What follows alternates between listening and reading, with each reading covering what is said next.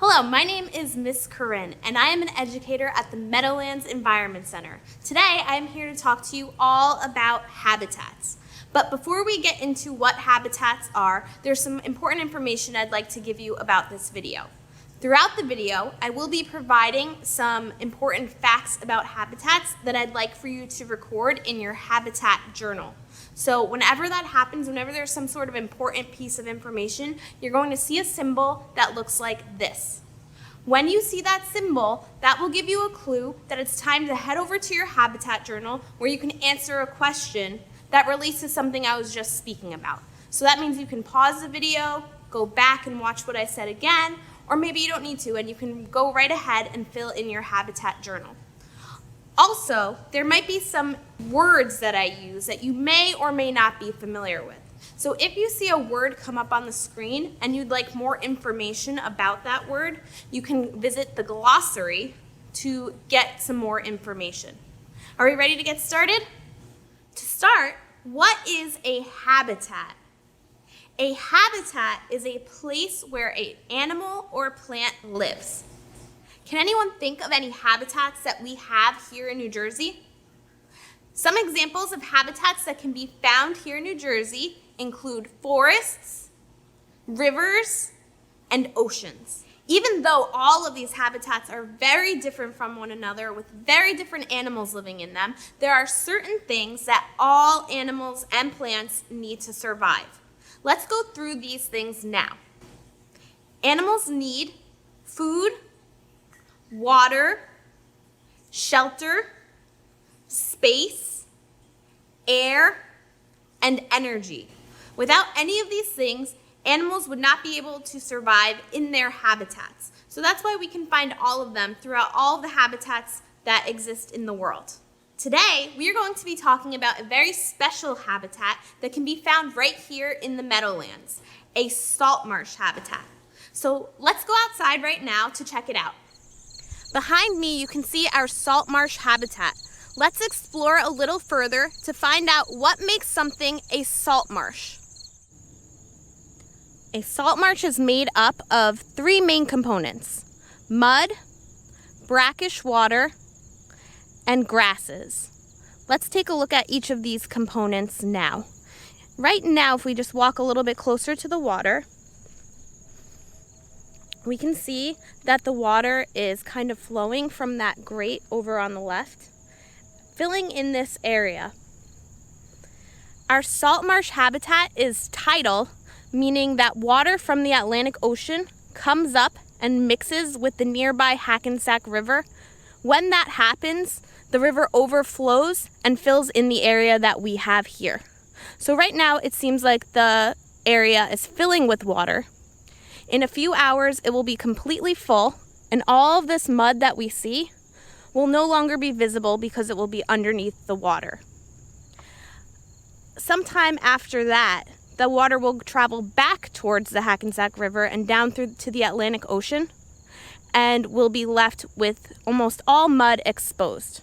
Right now, it is low tide, but like I said before, in a few hours, it will be high tide when this whole area will be filled with water.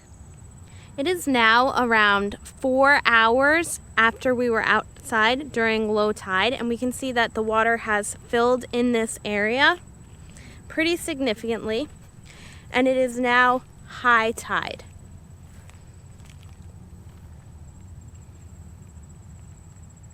So where we once saw all of that mud, we can now see all of the water that has come up through the Atlantic Ocean, met and mixed with the Hackensack River, and filled in this area that we have here. Because the water here is a mix of fresh water, which has no salt in it, and salt water, which has about 3% salt, what we have here is known as brackish water. Brackish water has less salt than water found in the ocean, but obviously a lot more salt than water found in rivers, which have none. The mud provides a great place for a lot of the animals to hide from predators. We can see the two different types of grasses that can be found in our salt marsh habitat here. The closer, shorter grasses are called spartina. The taller grasses behind them with the somewhat fluffy tops are called phragmites. Since it is low tide right now, these spartina grasses are exposed to land and air, but when high tide comes in, all of these spartina grasses, some of them will be underneath the water. The phragmites that we have here can grow up to 20 feet tall in the summer months. I'm going to go walk over towards those phragmites so you can get a sense of how tall they are. Keeping in mind, I'm about 5 feet tall.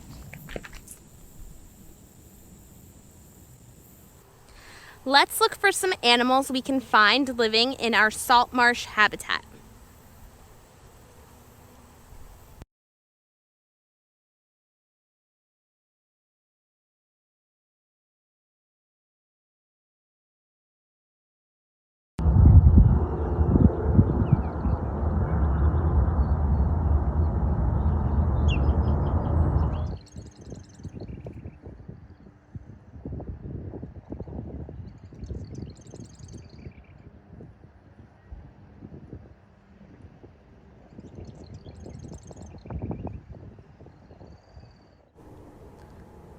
Salt marsh habitats are home to many different types of birds that can be seen at different points throughout the year, as well as a lot of animals that live under the water. So really the only way to find them is going in, using a net, and scooping up some of that mud to search for animals.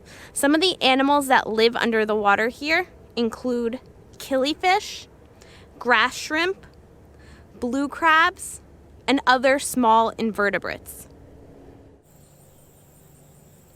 Do we think that salt marshes have all of the things that animals need to survive? After exploring our salt marsh habitat, we've seen that our salt marsh has all of the things that animals need to survive. Food in the form of animals and plants, water, shelter in the form of grasses and mud, space, air, and energy. Where is the energy in our salt marsh? How do animals get energy? Animals can get energy by eating other animals or plants.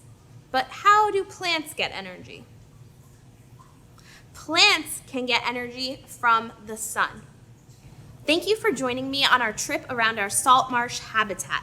I hope you enjoyed learning about the unique things that make our salt marsh habitat so special.